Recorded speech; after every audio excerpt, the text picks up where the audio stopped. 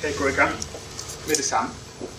Så vil jeg da byde velkommen til alle sammen til Stand-Up Research, for jeg ved ikke hvilken gang efterhånden. Og jeg ved heller ikke for hvilken gang efterhånden det lykkedes mig at stable et ualmindeligt avanceret og kompetent hold på benene, som jeg nok skal præsentere for jer om et øjeblik.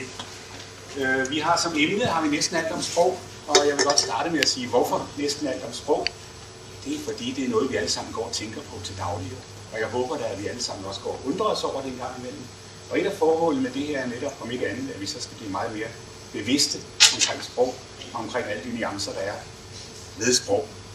Og det er derfor, og det skal ikke samtidig være lidt sjovt, så derfor så er jeg kommet til at trykke på noget, jeg ikke skulle have trykket på, kan jeg se. Det var ikke så godt.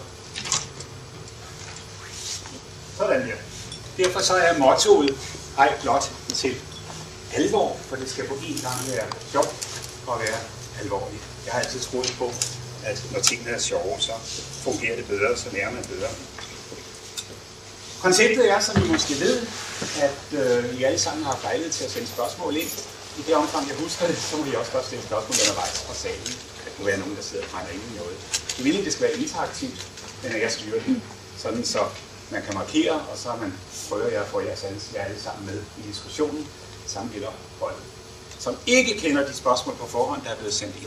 Når vi starter, så går jeg rundt med hatten her, så trækker man et nummer, og så kommer det nummer op på tavlen, og så prøver jeg at få holdet til at svare på spørgsmålet. Det vil vise sig, at de som regel er ganske uenige om, hvordan man gør. Formålet er at vise jer, hvordan man tænker, når man skal forske i sprog.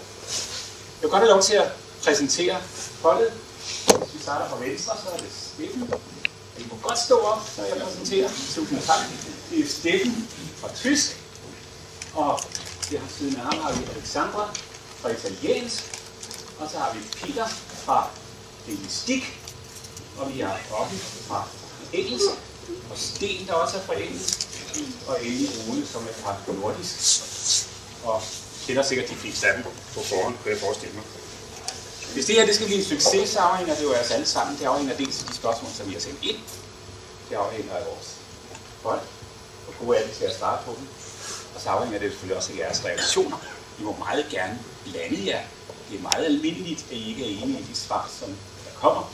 Og så må I da godt lige markere. Vi har sågar været ude for, at der var nogen, der faktisk vidste mere end holdet.